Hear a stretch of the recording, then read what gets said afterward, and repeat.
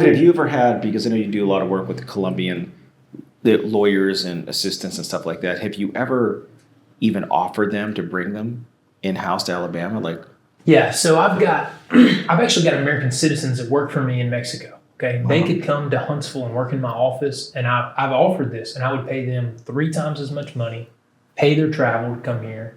They stay, come and go as they please, and they would rather make $200 a week in their little town in Mexico where they are, upper middle class, than come to Huntsville and make $15 an hour, and be lower middle class. And I don't blame them.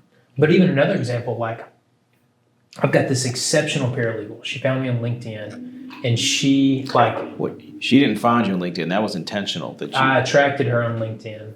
I do put myself out there on LinkedIn. I try to show like who I am, and part of that is to attract talent, and it worked.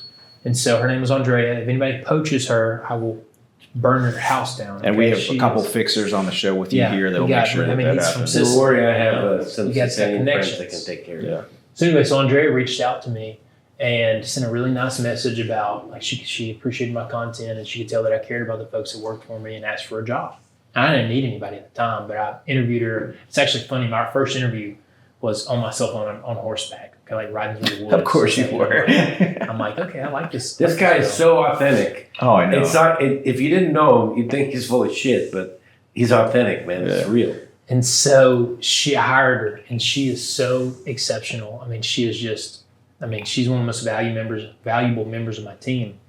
And I've offered her, she got her visa denied recently. Her family's here. She's Venezuelan, and she practices in Colombia. And so I told her, I said, well, why don't you apply? I'll help you apply for like a skilled labor visa. You can come to Huntsville and work in my office full time. I'll pay you, more than market rate here. It was, like $75,000 to $90,000 a year job, which is, 2.5, 3 times what she makes in Colombia.